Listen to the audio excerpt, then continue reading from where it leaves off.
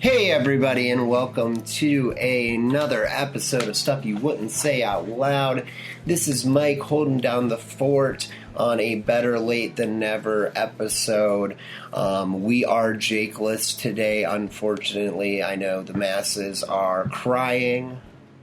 Very vivid, small little baby tears at home. But you get a double dose of me, and we have some special guests today. We'll get into that in a second.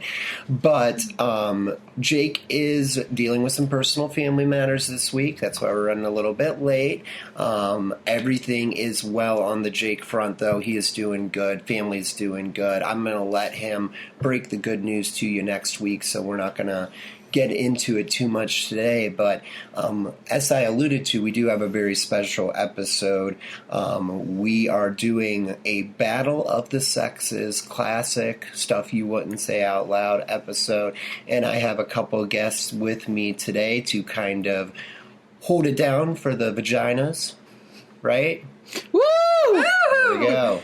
Team Vagina. That means, if you didn't recognize that, it's two separate voices, which means I am sadly outnumbered today. But I'm going to do the best for the dicks. So, no, we're going to talk about some things that we had alluded to earlier. We spoke in our previous episodes of wanting to do kind of a sexism / women's rights / those kind of things episode, but we also wanted to have a female perspective, and as much as Jake wanted me to pretend to be a old British woman and just kind of play it off that way, we're not going to do so. We're bringing two real authentic women, nearly 100%, right?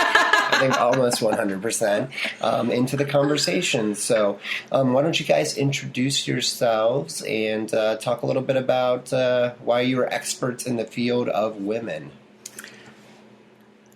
Hi, I'm Cash, everyone. I don't know if you would call me an expert, but social worker. More of an expert than myself, for sure. There's no doubt about that. I'm a social worker. I work with domestic violence victims and sexual assault victims. So I'm here to give my take on that. So it's going to be a real funny episode is what we're getting at right there. These are going to be hilarious topics. It's going to get real and it's going to get hilarious. Yes, yeah. We got to love sexual assault. Great. Well, I don't know how to follow up that one, but my name is Anne.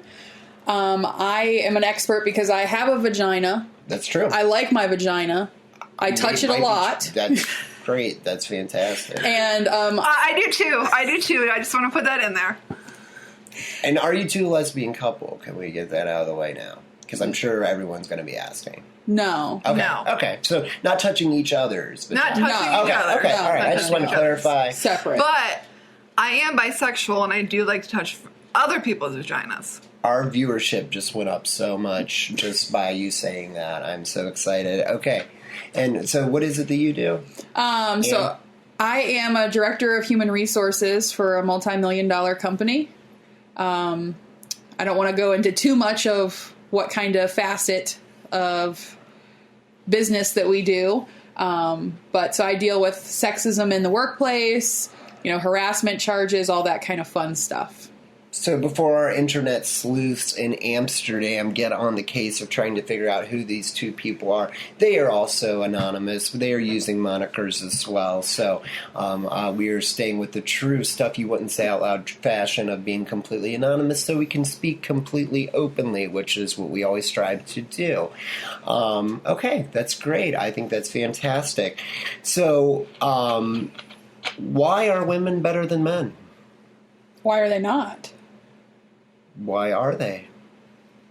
I mean, I can give you 3 good reasons right now, and that's my penis, left and right testicle. Those are things that I have that you do not. I mean, I think do you that's have breasts? Fair. I do. I have little man boobies. Can you feed somebody with your breasts? They're a solid B cup. Can you make life? Can you harvest a baby in your uterus? Fair point. Babies in the uterus. Can you let somebody feed off of your breast? Yes, they can feed off of my breast. So you produce milk? I'm sure given enough time and practice with some robot technology, we talk often about embracing our robot overlords and becoming part of the process. I'm sure they could give me some lactation pumps. In my breasticles? No. Okay. The better question is, can you stick things inside of you? In my butt. But we discussed last episode, not my jam. Not my jam. Okay. Not my thing. That's not what your wife told me. Yeah, well, she's a liar and a thief. She skims off the top. I just want to make that clear now. Okay, so I think first thing we should probably touch on, or that I want to touch on, is sexism. And I think, Anne, you probably have a good idea as to how that works, at least on the corporate level, because a lot of times when we're talking about sexism, we are talking about it in the office place.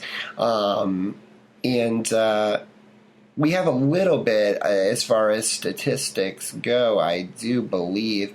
I'm pulling right now from the Washington Post, which is known to be probably one of the most credible sources on the interweb. So from a Pew Research study asked whether women face significant obstacles in the workplace and beyond, 56% say they no longer do, compared to 41% who say barriers persist. They roughly sample 4,600 folks.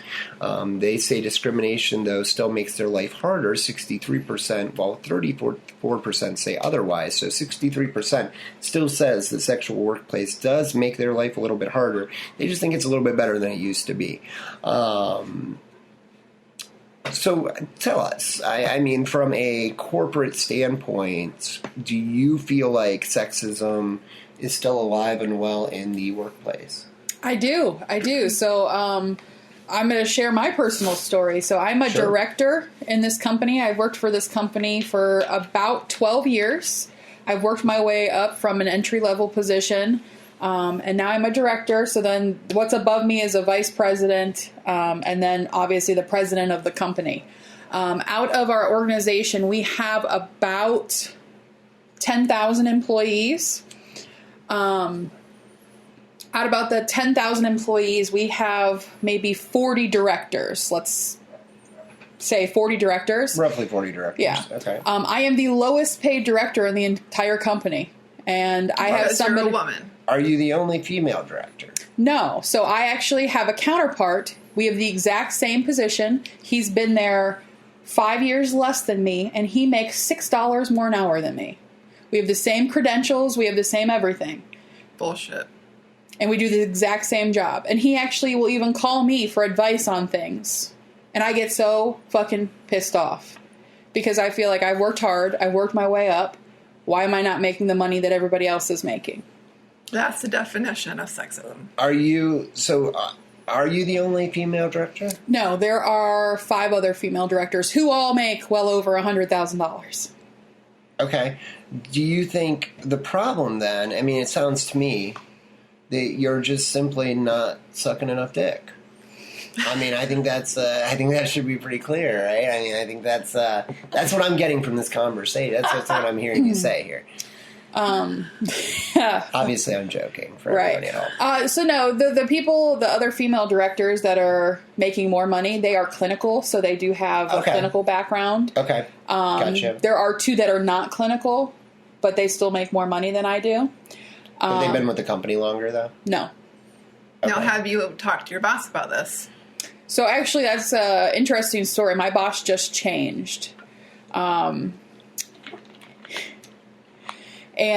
so I had spoke to my previous boss about it, and she just stated it was because I did not have the experience that other people had.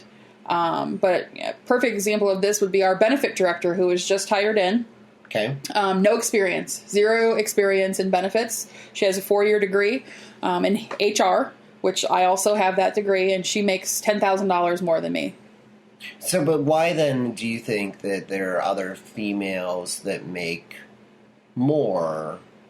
Like, how does that play into the whole sexism thing?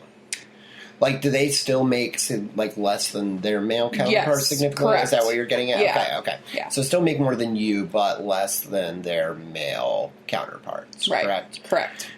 Okay. I mean, there is some things I feel like that they bring to the table, probably, which is a penis, and that's the only reason that they're being paid more. We like to call it the good old boys club at my work. So it's very much a good old boys. So our vice presidents include all 20 of our vice presidents, because we have different divisions in our company, are all male except for one. Okay. So it's the good old boys club. So they are the ones that make all the decisions when it comes to, raises, what people start at. And I will tell you, if you are a cute little small blonde with big tits, you're making more money than somebody who's got the years of experience and the background in education. So it is a dick-sucking matter. Yeah. It truly is. I honestly believe, in my organization, yes. How many of the women are sleeping currently with men in positions higher than them? I know about 2 of them. Okay, all right. Well, that's great. I think that's exactly. And there has to be more. I'm sure that there's more. Okay. Kudos.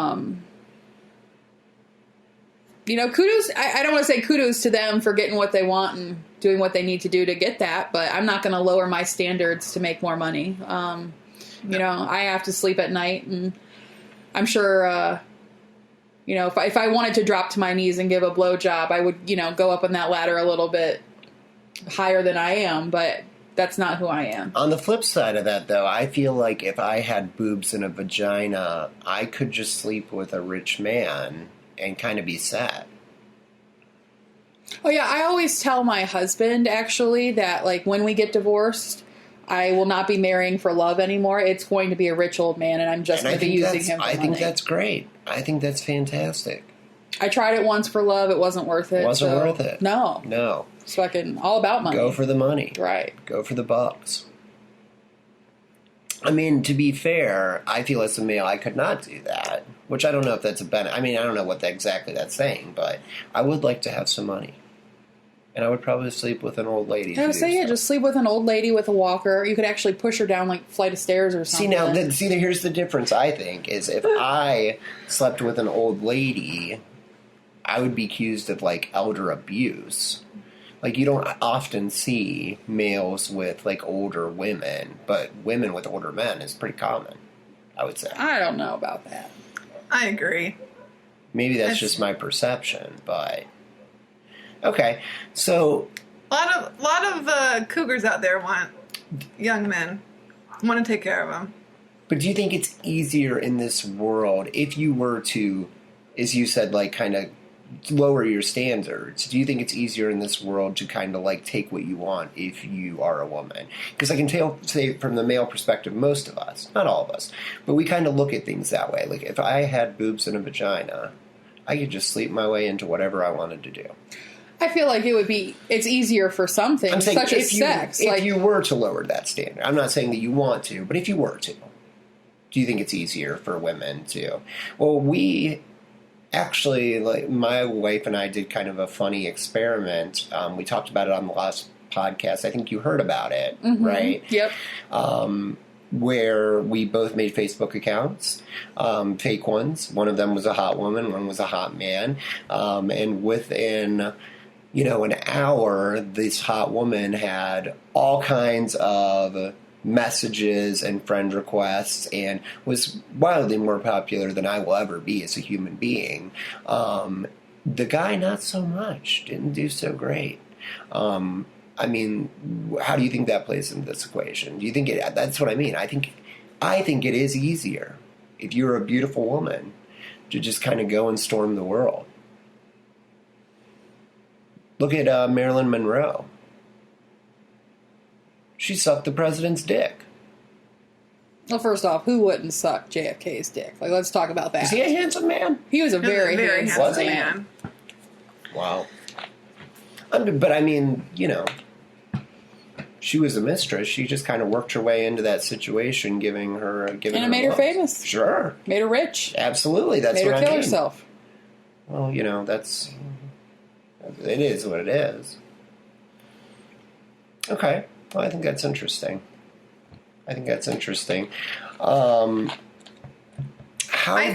Go ahead. On I'm that sorry. subject, real quick, Yeah, I think that women can overcome sexism in different ways instead of whoring themselves out and becoming just as equal, if not better, to men in other ways. I think that's actually I'm glad that you bring that up. So, as an HR director, I'm sure you have at least some input on, and maybe you do as well, but some input on like how to level the playing field for the women who want to keep those higher standards, which I applaud. I say that's great. We joke around, but I think I'm all about equal rights, equal equality, gender equality. But what do you think are some ways that women can do that? Like, what advice would you give to women who feel like are in a similar situation to yourself? I would say never give up. Like, just keep going after what you want and make your work speak for that. That's actually a poster in my office, ironically. You don't have it an has office. A cat hanging off of the... Does it say hang in there? Yes, hang in there. One day you won't have to suck dick anymore. That's what it says. That's exactly what it says. It shows a little cat hanging off a dick. Do you think, actually, let's break that down. Is it ironic that it's always the cat, which is the pussy, that has to hang in there? Do you think maybe that's some subliminal marketing? It could be. Just saying. Never thought about that. I'm just saying. Yeah. Just Good saying. point. Okay, so anyways, I don't mean to interrupt you. Go on. What else? I mean, just keep working for it. And here's the thing.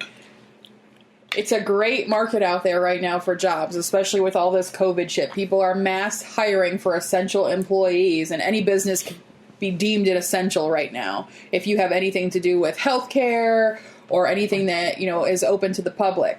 So if you are not finding what you need at your current job, keep looking. The best thing to do is to look for a job when you have one, because you can actually be picky. You can actually see what's out there. You can see everything. Make sure that mission of that company you're looking for actually goes with the mission that you have in your personal life. Right. You're never going to be happy or satisfied 100% with any job.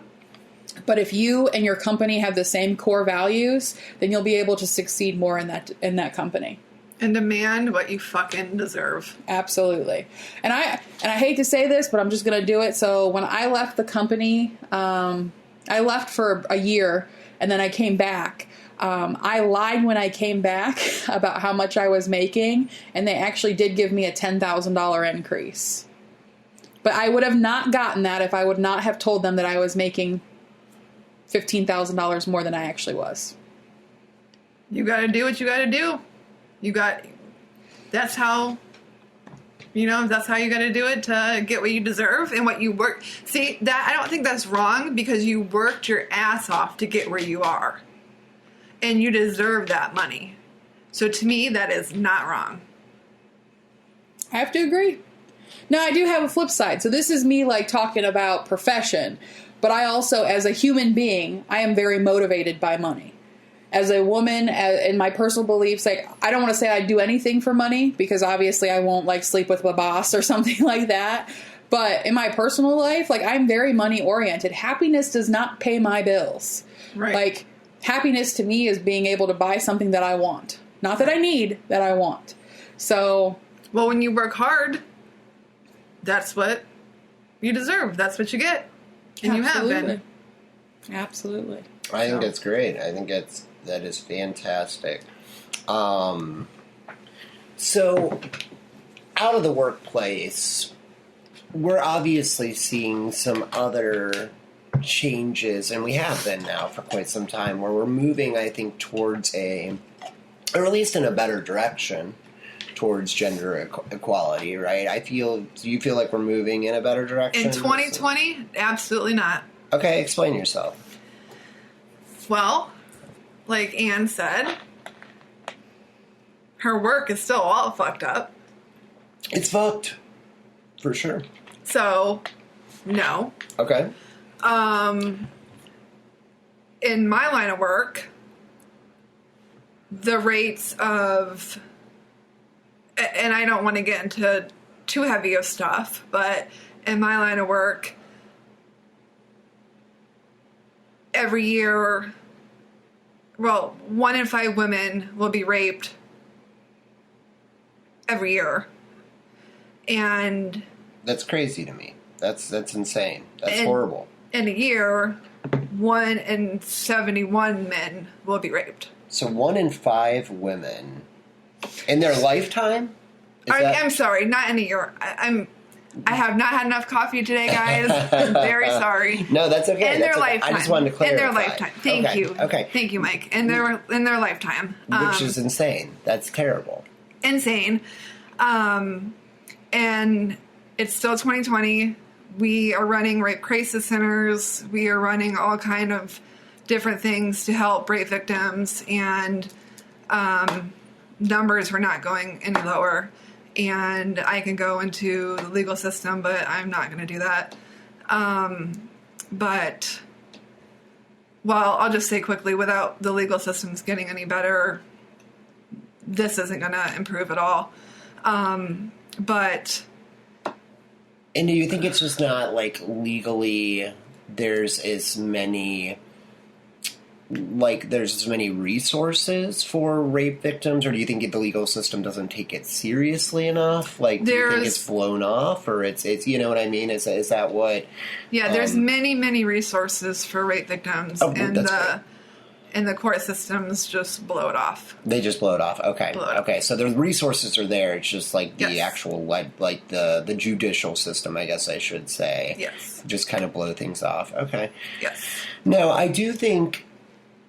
Well, another thing that I wanted to touch on was the whole like Me Too movement, because I think that was in my opinion, like the way I saw it, was kind of a turning point for like women advocates or advocacy, I guess I at least should say. Mm-hmm. It kind of opened the door for people to step forward and feel okay about talking about those things. Do you think that was like how do you feel about the whole Me Too movement in general? The whole, movement to like it is okay to talk about being, a victim of sex crimes and sexual assault and rape and the fallout that we saw from that. Obviously, Harvey Weinstein is starting to die now that he's finally been put in prison, but for a long time, that was kind of the talk of the town and kind of led to that whole, I think he was at least the catalyst, if nothing else, for the whole movement. Obviously we could talk a lot about the corruption in Hollywood specifically, because, I mean, those actors are just pederasts, right? They're just raping people, raping kids. I think it's madness in Hollywood, and I can't believe we pay those assholes that much money. But, I mean, I just think, like, what we saw, how many ginormous name people accused, and rightly so, of sex crimes, and it did. Do you think it had a trickle-down effect to, like, normal, everyday Joe Schmo and, Jane Doe? Like, do you think, like, it had an effect where, like, on a small scale level, people felt better about coming out about things? Absolutely. I know personally on my Facebook, it was blown up with people telling their stories, holding up signs, saying that they were sexually assaulted, and even some men, which is amazing because I don't have the statistics on top of my head, and I'm sorry, I should. No, that's okay. We're not about real facts on this show. We're not the most organized folks, so that's okay. That's okay. But men hardly ever come forward, and but I was just shocked at how many people I knew who had been through this.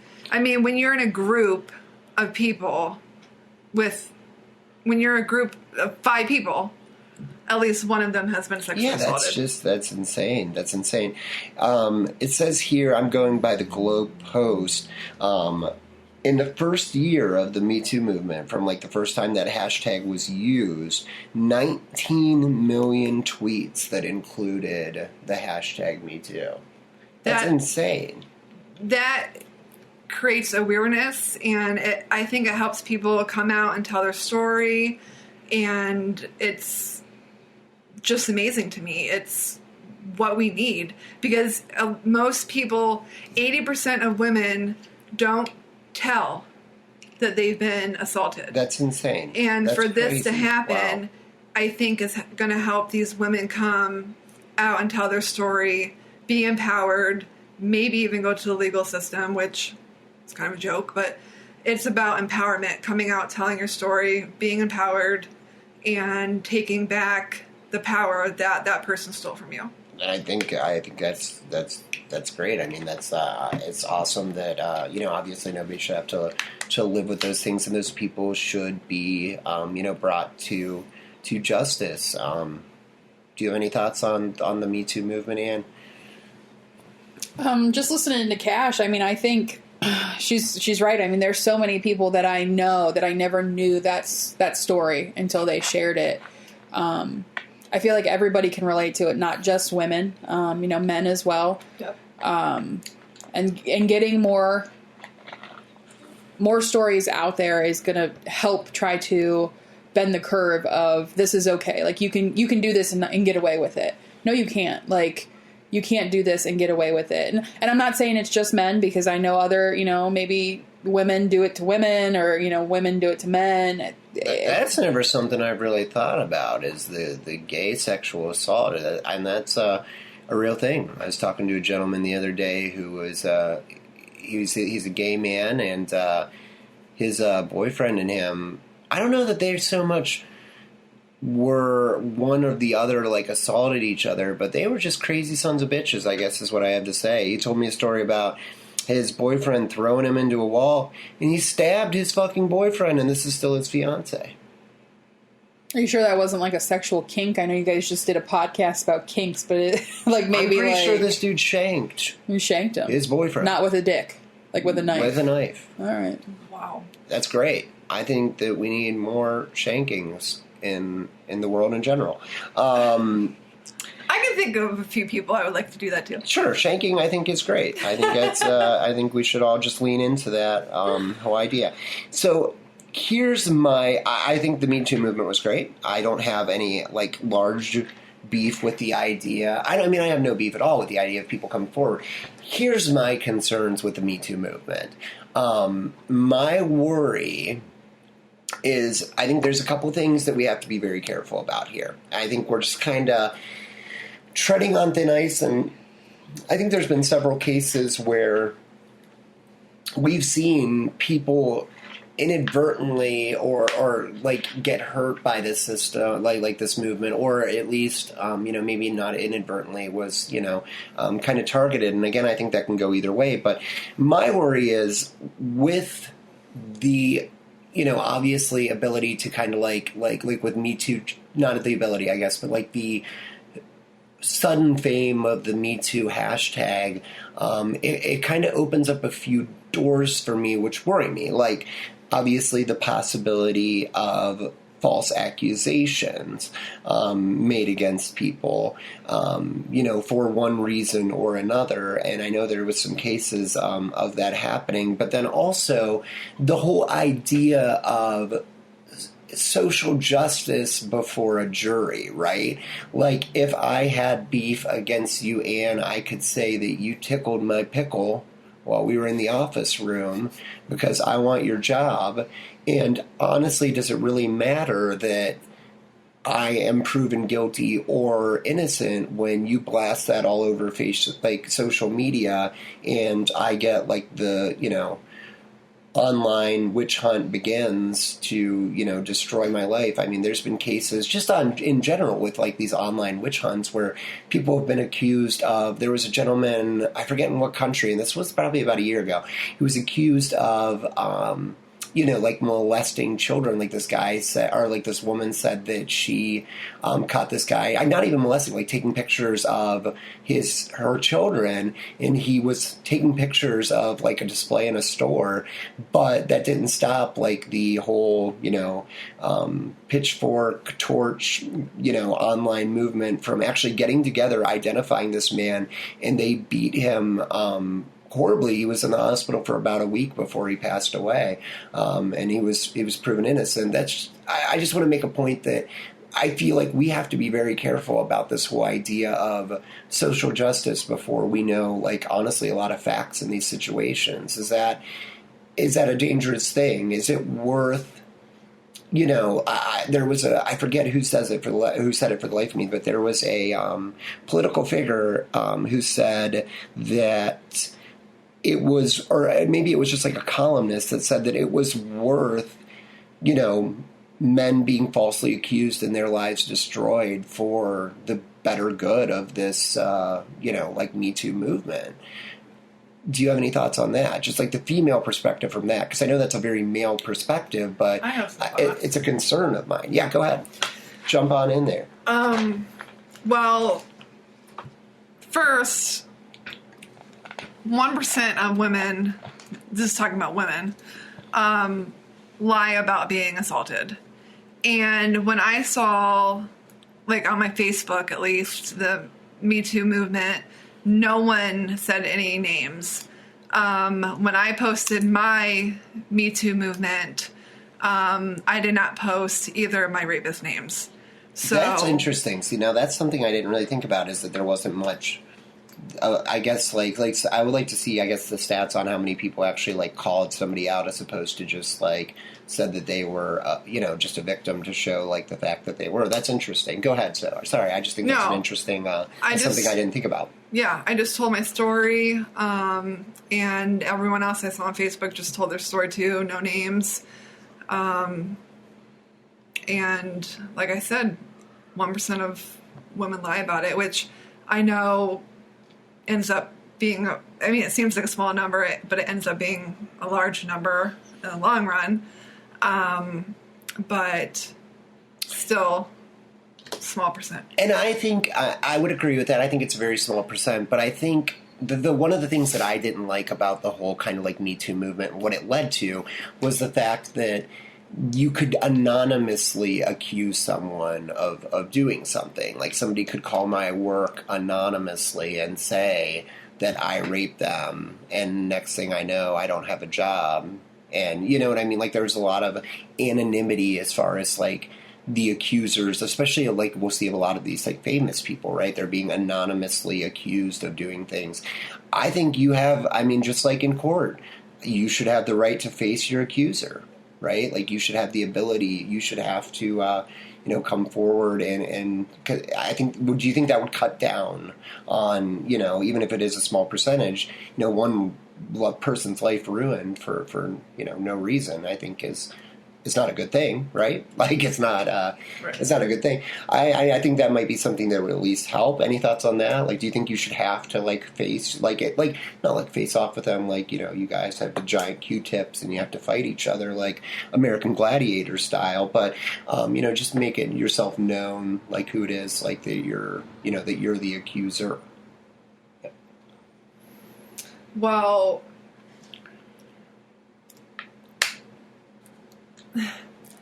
I personally took my rapist to court. I think that's great. That's those people. He had the chance to defend himself. So no, and I think that's and I think like that. I think is totally like I think that's great. You should bring those people to justice because they're scumbags. Obviously, they're pieces of shit. I think I don't want this to get twisted that I'm saying that those people should not face the consequences of their actions, and I think what they do is terrible. I just, like I said, my concern is just how easy things became after that movement to make anonymous accusations that could be problematic. I don't know like the stats on that, but obviously that happened.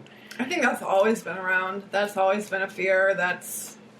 People are crazy, and that's never going to go away. Sure. I don't think the Me Too movement really necessarily had a big impact on that. Okay. No. Okay. Maybe it was just more in the like limelight, so we like noticed it more. Right. That could be. What do you think, Ann? I don't want to see anybody go to jail or be falsely accused for a crime. I'm not just talking about like sexual assault. I'm talking about any crime. Sure. I think that we have the right to do our due diligence and figure out what happened. I'm thinking about a scenario that happened at my work, and we had to do an investigation. It was a sexual harassment claim, and it involved a man and 3 women. Okay. And obviously, we didn't just take the accuser, when the person came forward, we keep it completely anonymous. We don't share details of who, what happened. We get the details from the accuser, and then we start building an investigation. We talk to other people that person might came into contact with. we talk to the person that is being accused. We don't tell the person, obviously, like who's doing it, but, did this scenario ever happen? Do you remember something? Were you ever in this situation at this hotel at this time? Whatever. We give details about it, but don't say who it's for. But we're never just going to say, all right, you're fired because this is what they said. We have to make sure that this actually happened. There are people out there that have a malicious bone in their body. They actually have their own agenda in their head that they think they're doing something good when they're really doing something bad. And I just think that it's our job, no matter what you do, and to figure out what really happened.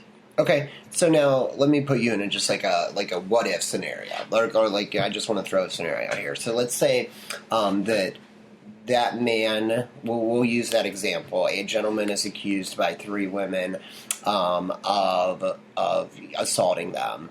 And, if you were to just do the investigation and maybe it didn't look like it was shaken out that was the case, would you be more apt to take like action against that man if one of them leaked that to the media and you were getting pressure from like the media, from like social media, like, you know what I mean? Like people hitting up the company, calling with death threats, wanting to see this guy fired. I just find it hard to believe this guy wouldn't be canned. I find it really hard to believe that like you wouldn't have to save face as a company. Well, obviously, like real talk. I mean, like would obviously it didn't get leaked to the right. thing. And no, I will tell you, this person is still employed with my organization. Okay, I'm just saying like a what if scenario. Like if that were to happen, because that's what we were seeing a lot of times. What was happening was people were. I hate to say this, but I would ask our legal counsel what to do, because when push comes to shove, I can only give recommendations from an HR standpoint. It's going to go to legal counsel because they're the one that's going to be fighting the case. What do you think would? I mean, like just speculate. This is all just for, like I said, we're not fucking scientists. Okay, so I would have to ask, what is the assault? Did he rape? Did he, what did he do? Does it matter? I think it would. I really do. Assault. I'm just saying, hypothetically, I think it would matter. If he raped somebody, absolutely, I think that they would probably shit can him. What if he just put his hands down her pants? Or touched her little boobies.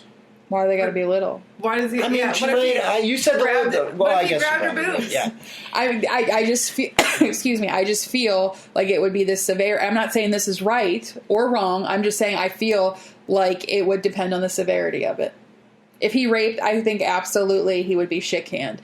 What if he? Well, no, I'm not saying like he actually raped, because obviously if he raped somebody, he should be shit canned. Right. If he actually touched boobies, he should be shit canned. I'm just saying, let's say the allegation was rape. Even if you did not have substantial evidence, you would have to fire that guy, right? No, you wouldn't. You wouldn't to save face. If you have, and it depends on your organization too. Like, they're having a rapist at this facility, they're not firing him. We have 3 women that came forward anonymously to the newspaper, and this organization is keeping this man. You're telling me, I don't know of a single business that would not be like, fuck this, we're getting too much bad press, we're fucking shit canning this dude. I feel like either you would not be in a good situation either way, because you are either going to get hounded by the press, possibly lose business, or you're going to get a lawsuit on your hands for wrongful termination, and you're going to end up owing this employee because you didn't do your due diligence. But are you not losing less money by doing that? I mean, I would probably cut the guy a deal. If I'm the lawyer, I'm saying... And that's what most companies would do. They would offer a severance. They would offer... I mean, I've seen severances go out for 2 fucking years because they don't want the legality in the court. 2 fucking years. And I mean, that makes sense to me, but I think that's still horrible that would happen. I mean, I absolutely agree. It is horrible. I mean... Like I said, I don't agree with it by any means, but I feel in most organizations they're going to take it to their legal counsel and let them decide what they do, because it's going to cost the company money either way. Sure. Which way to get out of it is better. So in your position, if you heard a man call one of your female coworkers a whore, would he get fired? No. What if he called her a hussy? That is sexism right there. That is not okay. What if he called her a hussy? No, he wouldn't get fired. What if a woman called a man a dick? No. A dingaling? No. Now, I know this has nothing to do with sexism, but I'm going to give you a perfect example. I'm sure this is going to be a hot topic. So we just had something happen that has to do with discrimination. We have a older woman Jane Doe, Okay. who was accused of using racial slurs in front of 3 other employees. Now, after an investigation that HR did, we got, interviews from other staff. We talked to the everything. Now, the racial slurs were obviously using the N-word. Oh. Okay. She was dropping the N-bombs. She was dropping N-bombs. Wow. Okay. She was getting wild. This was an older lady. It was an older lady. Getting wild, dropping M-bombs. HR's perspective after the investigation was that we were going to let her go due to discrimination. Legal seems reasonable. Legal trumped us and said no, that we have to give her an education and a chance to change her behavior. She's got a chance to change her ways. So, what I'm saying is, we can recommend things all day long, but we don't make the decisions. It's the legal team. Well, because what their fear was, we let this woman go, we didn't give her an education. She's a protected class because she is... ageism. Correct. The old ageism comes into play. So it's not just sexism. It's ageism, it's race, it's across the board. Legal gets involved in things because they want to see where you're going to cut your loss, what's the bigger... So I feel like, though, if I am a man, a white man, accused of doing something, like, there's a lot of factors that can potentially work against me then, like the sexism, ageism, racism. Yeah, you're not a protected class. So I'm not protected. Right. I am not the California mongoose that's endangered. I don't think there's actually a creature called the California mongoose, but I couldn't think of an endangered. The African elephant is endangered, correct? Correct. So I am not one of those endangered species. I think, Mike, if you did that, you would have got canned. I would have got canned. And I would say if anybody who was, I don't know, in the ages of probably 16 to 60 would have got canned. I'd even say 50. But because you have a protected class in there, it could have been a black male, it could have been, a 7-year-old female. Is a female considered like a protected class? No. No, okay. So Female's not. No, okay. Okay, that's interesting. Do you think they should be? No. Okay. I think that we should be treated fairly across the board. Okay. I like that. I think that's good. I think we need to take that approach. Equality. And this white man privilege shit needs to go too. and I'm not looking at you, Mike, when I say that. You look directly at me. You literally look directly at me. And you pointed, not even one finger, but 4 fingers at me. Literally pointed 4 fingers and said, this white privilege shit needs to go. Pack it up, Mike. You're out of here. I just want to hear your opinion on that. I think it's bullshit. I don't feel privileged. I had a hard life growing up. Not as hard as some, but, I had my challenges to come across. I had a single mom who had to work, and I had to take care of my brothers, and I had to feed them, and I had to get them on the bus, and we did not live in a great area. I grew up in a trailer. I don't see any privilege. Maybe I'm missing out on the privilege, but I don't know where exactly that is. Maybe I just got skipped on the privilege. But I deny, is it easier for me possibly to get a job than a woman or an African American or something like that? Yeah, it's probably easier, but I don't know, because now we're getting to the point where to get into a university, they have to hire so many, or let in so many Asian Americans, so many African Americans, so many this and so many that. I just think. And I'm sure a lot of people have made this argument, and it's mostly white people, but, should it not go, or jobs that are, you have to hire so many, because you do, as an HR person, have to have diversity, correct? Correct. So, would that mean that if you have to meet your diversity quota, and you have We don't have a quota. Okay. There's not you have to have 10 Asian people in your workforce for every 1,000. There's not a quota like that. So if you had somebody like a white male and an African American woman that were equally qualified, mm-hmm. you would not be more apt to hire the African American woman because to meet that diversity, to get that diversity in there. I personally would not, but I will say that senior leaders probably would, because they want to show, like, oh no, we're a diverse business. Because I go off qualifications. I don't even think a college degree is necessary. I think that's great. I don't care if you're 100, you're 5, you're 50, you're black, white, purple, green. I don't care if you have a college degree. If you're purple or green, I would love to have you on our show. So please I don't contact care us. if you have a college degree or just a high school diploma. If you know the job and you've done it and your values meet my values, I want you to be part of my team. But that's not how everybody thinks. No. It's not. And like I said, that's kind of where I run into a wall. And we are going to do, we still have on the back burner, we are going to do I'm sure, very hot topic, racism issue. But again, we do want to, for full disclosure, we are all white folks sitting here right now, and we do want to have some diversity when we have that racism episode, just like this, to kind of have a fair and balanced view across the board. So I'm not going to touch too much on that, because I would like to have some differing opinions, just to kind of, so I can get educated like I feel like I have today. There's definitely some things that I didn't know. You brought Margie. You brought some stats. Cash. What are you going by, Margie or Cash? Cash. Can I call you Margie? You can call me Margie. Okay, we're going to go with Margie then. And by the way, neither one of those are her real name. We just were arguing over what name she wanted to use. I preferred Margie. No, I was talking shit about Margie. I love Margie. What are you, from 1900s? You don't even know you can vote yet. That's true. I said that if we had Anne and Margie, it would sound like, yes, two 1800s people who didn't even know that women's lib has happened yet. But it has, which is good. I'm happy about that. But no, I feel like, there was a lot of facts in there that I did not know. And probably I didn't want to know. That's sad. Makes me very sad that people are facing, to have to deal with these kind of things. That 1 in 5, that's going to stick with me for a while. That's terrible. I just feel terrible about that.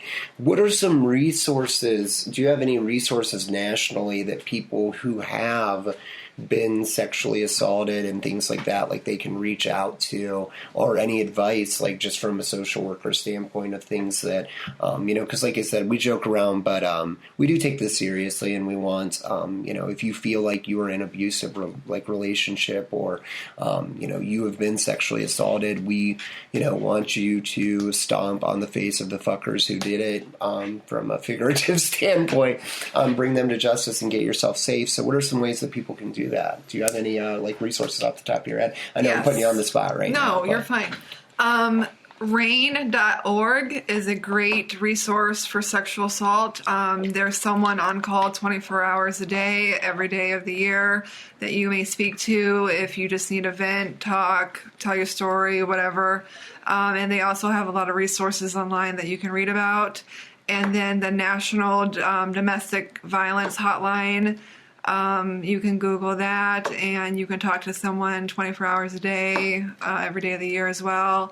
And they also have some great resources online that you can read to help you get out of situations, or a safety plan, all of that stuff. So I encourage you, if you are in that situation, to please check out those websites. They are very, very helpful.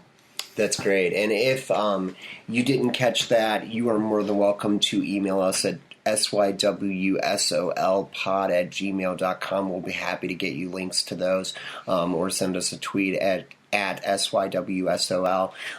Send us a personal message, and we can get you that information.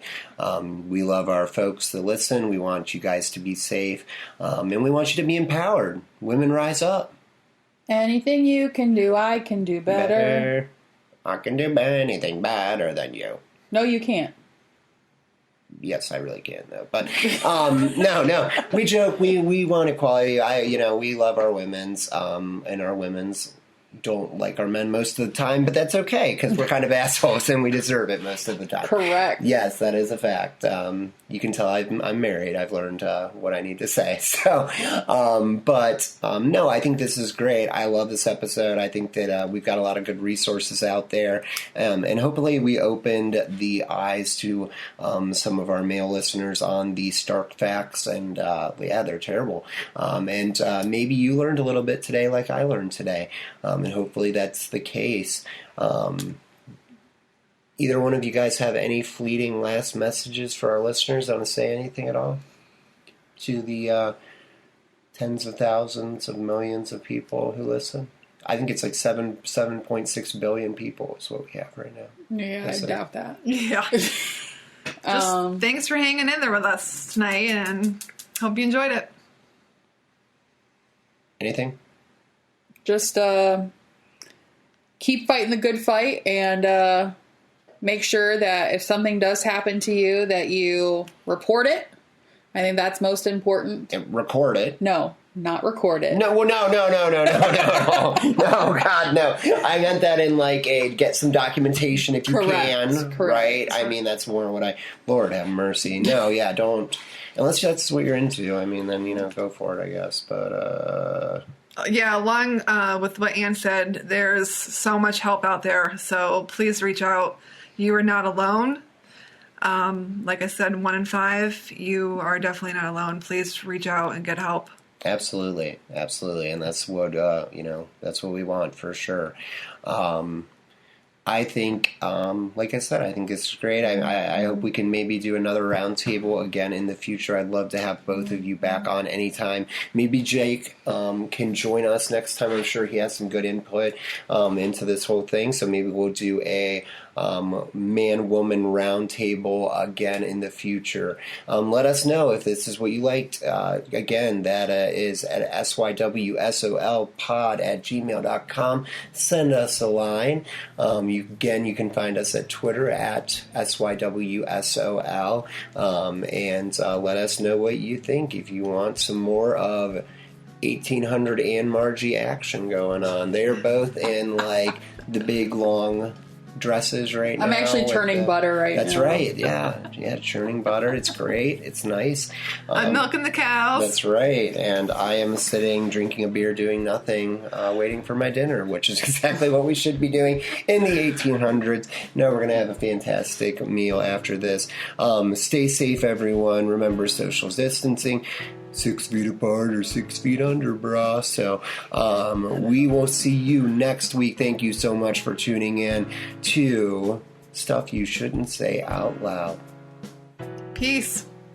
Later, bitches. Not you guys.